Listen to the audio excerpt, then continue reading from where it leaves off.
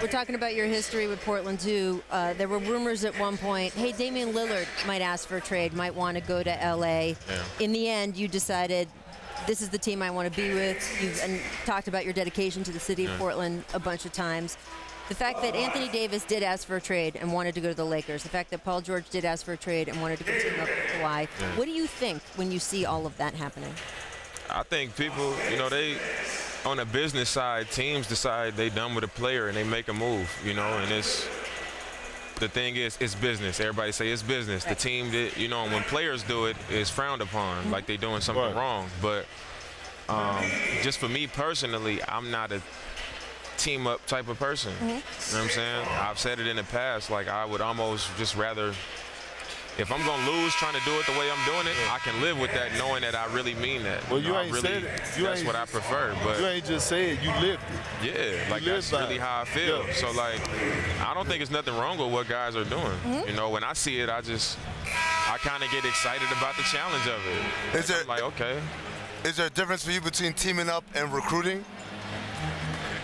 I think when you talk about teaming up, it's like teams like guys plotting on coming to one place. Like, all right, let's all go here and let's do this. But like, if you just adding a piece to your team, like AD going to the Lakers, you add in one of the best players in the game. But if it's like, all right, let's get AD and let's get this dude, and then 4 of y'all end up on the same team, then that's when I'm looking at, like, see, I could never do that. You know what I'm saying? Is recruiting becoming a bigger part of the NBA? Do you CJ start talking about, okay, we got to go after this guy next summer, we got to work on him through the year, that kind of thing? Me and CJ don't operate like that. We just be like, when we talk about players that we could get, we'll be like, this guy would fit well because he can shoot and he would stretch the floor out. We do it like that. We don't look at it and say, oh, this star gonna be a free agent, let's go after him. We just never had that type of conversation because I don't feel that way and neither does he. Now, if you can get one of them, it's like, of course you want to get them, but you're not out there searching like that. You just never had those conversations. Well, let me ask you this: what if Neil or one of the Blazers management say, hey, this is a guy we're really interested in, we think he might be available, can you do the talking? Yeah, because I know I don't hang out with a bunch of players and we ain't best friends and stuff like that, but I know players and I'm cool with them. And if that situation presented itself, of course I'm going to participate because it's going to give our team a chance to improve and it's a real situation. So, I mean, of course. Yeah. By the way, y'all do. One person I left out who's one of my young favorite guys on y'all team, that Collins kid, man. Oh, yeah. I love him to death, man. Man, he tough for real, too. No, I see it. He about that life. He wants the smoke. He tough for real. That whole team is tough. And can we also, before we let you go, I do have to point out that this is what ended the Oklahoma City Thunder as we know it, apparently. Rachel, don't do that, Why y'all got to put me in the middle of that? Hey, Dame, look, hey, you did it.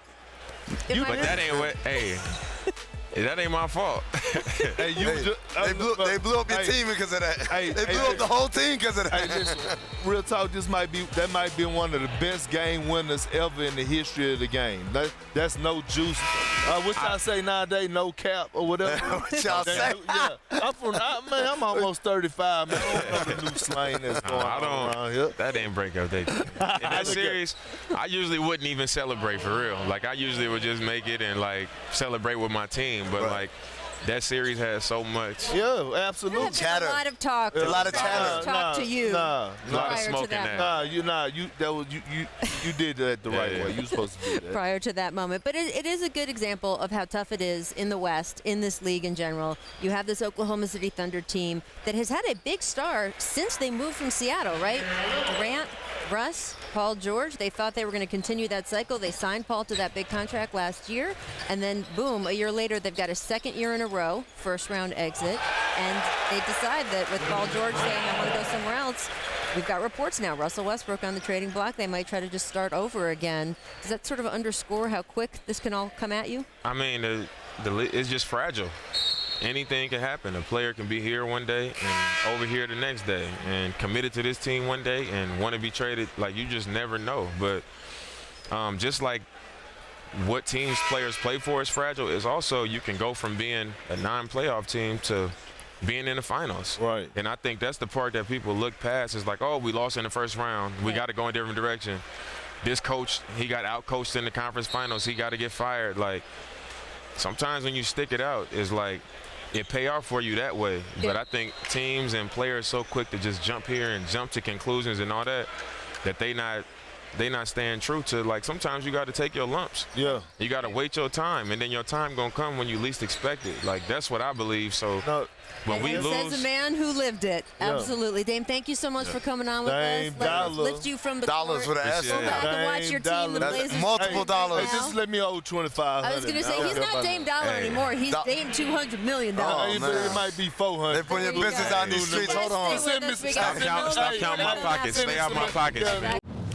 Thanks so much for watching ESPN on YouTube. For more sports analysis and highlights, download the ESPN app. And for live streaming and premium content, subscribe to ESPN+.